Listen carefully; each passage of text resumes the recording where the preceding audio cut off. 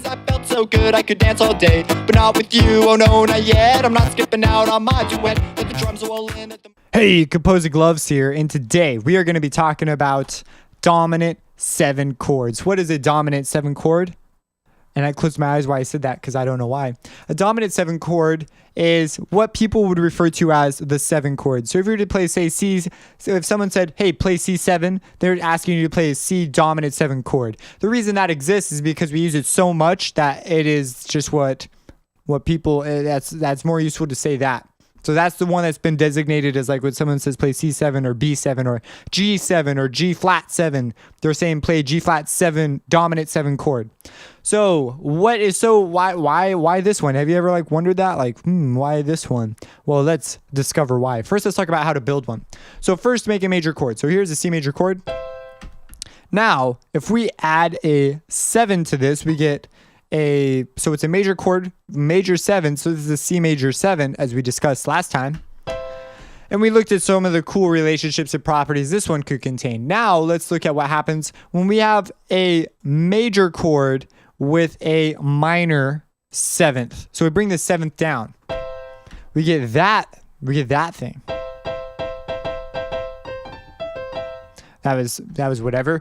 But anyways, let's take some observations. We have a minor chord, but if we go from E, we get a diminished chord. And if you remember from the diminished video, I said diminished chords have some pretty cool things. Let us begin to explore this. So we can now look at this and we say, what's so useful about this? Well, this A sharp, let's look at this as B flat. So B flat, hey, what does B flat go to? Well, if you remember from your scale exercises that of course you've done because you're not lazy, you are going to be like, hey, that's F major. A B flat comes from F major. What happens if I play an F major after this? Okay, that sounds pretty nice. What happens if I do the nearest inversion, meaning, just take the C down?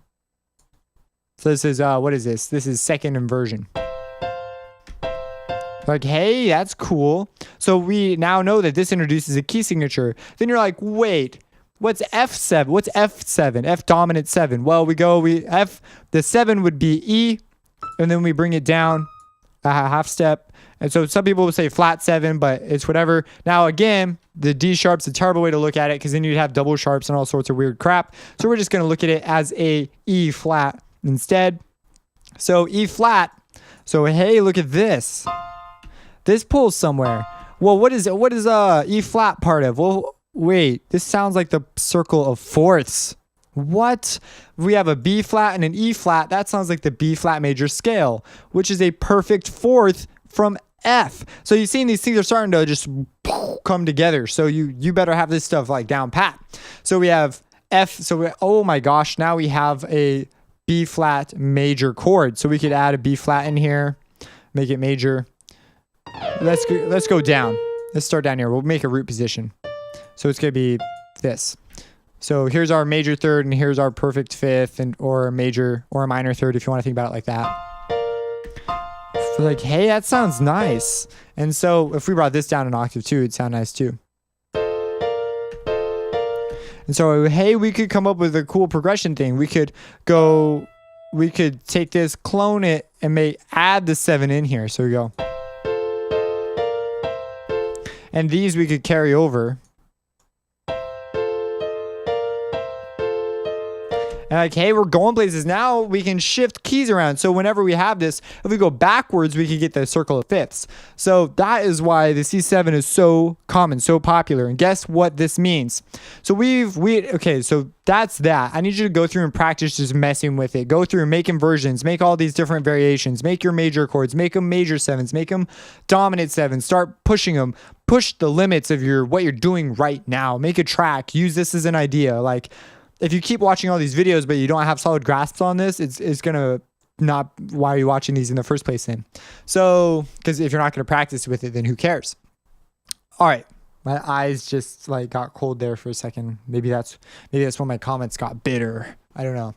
So here is the C7. So let's take another look at this diminished chord up here. Well, what if instead of starting with a C What if we start with a diminished chord like this? This is E diminished. This means that if we add a major third, if we go down a major third from E, so we go down, we will get a 7 thing. Let's make it, well, let me show you. Let's make a B diminished chord. So we have B, D, because it's a minor third, and then we need another minor third, that would be F. Ooh, yeah. And now we want to go down a major third from B, it would be a G. So we come over here, we go, what would be a major third down? So it's 4 steps. So 1, 2, 3, or 5 steps actually. 1, 2, 3, 4, 5. Major third. But anyways, you get a cool, you can trick them and move keys. Let's do another one. Let's do D diminished. Now let's do something farther away. Let's do A diminished. So we have A and then diminished. So we have a minor third stacked on another minor third. So here's our thing. Go down a major third from A. So this is diminished, doesn't sound that great. And so the listener's listening to this and thinking, and then we pull it out from under their feet. We go bang, like wham. And we add in this tone, which would be a F sharp. No, it wouldn't. It would be an F. So a major third from F is A. And guess what? By adding that tone, so if we come in here and add this tone in, ooh, we can start off with a diminished, slide in a tone, and now we've changed it from a diminished A to an F7 chord, which pulls to a C, because that's the perfect fourth from F. It's easier for me to think up than down.